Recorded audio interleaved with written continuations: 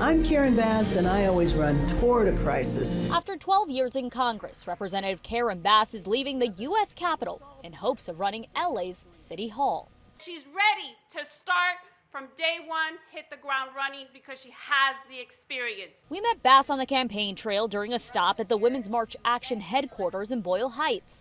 We have to have a mayor who will lead the city honestly and fight for a woman's right to choose always. Thank you. This day it was abortion rights on her agenda. But if she's elected to the city's top office, what is priority number one for Karen Bass? Day one, if I have the privilege and honor of being elected mayor, there is no question that day one is declaring a state of emergency to address the people who are on our street. How quickly, how many?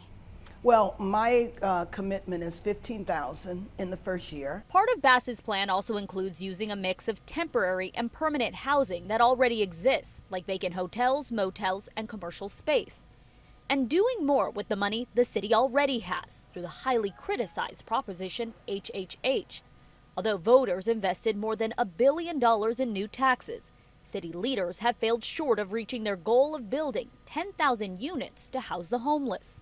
Even though housing was built, exactly as you said, it was way too slow, way too expensive, some of it because of regulation, some of it because of the way the proposition was structured. The city has properties where we could build on right away. So there's ways that we can solve this problem and seriously address the problem, but I don't believe until now there has been a commitment on every level of government to end homelessness. And at the forefront of addressing homelessness, why people end up on the streets to begin with, including mental health and substance abuse. It's a perfect example of where you have to have support on the federal level, because right now regulations say that you can't have a facility for mental health with more than 16 beds.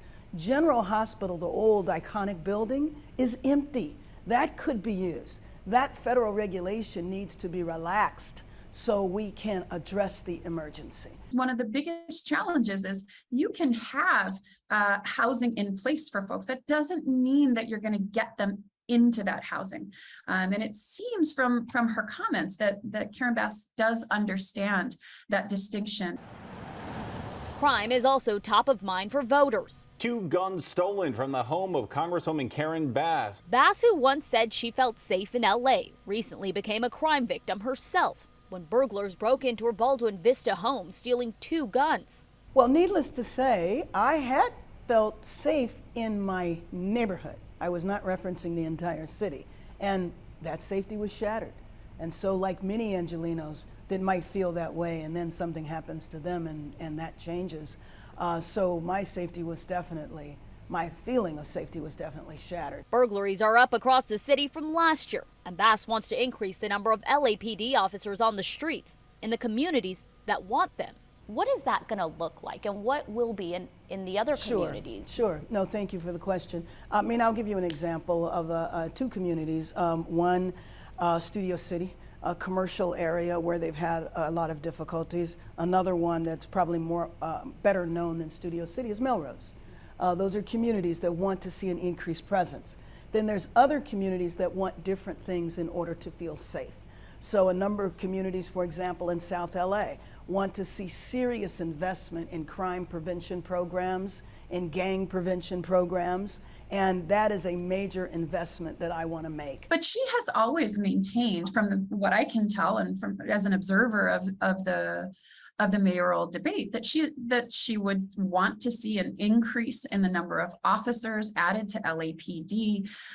She has maintained that there are certain neighborhoods where she feels like those officers would be most needed.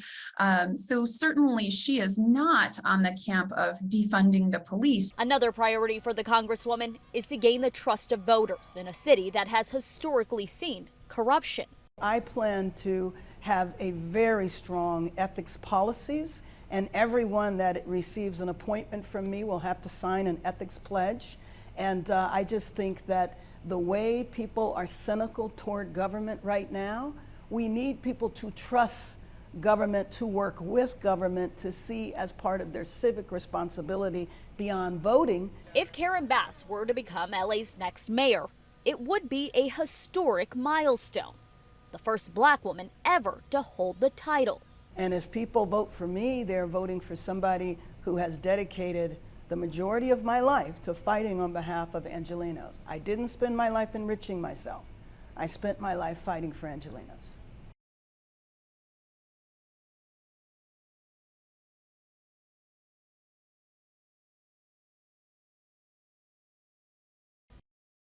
Leslie Marin, CBS 2 News. Leslie Marin, KCAL 9 News. Leslie Marin, CBS 2 News This Morning. Leslie Marin, CBS News, Los Angeles.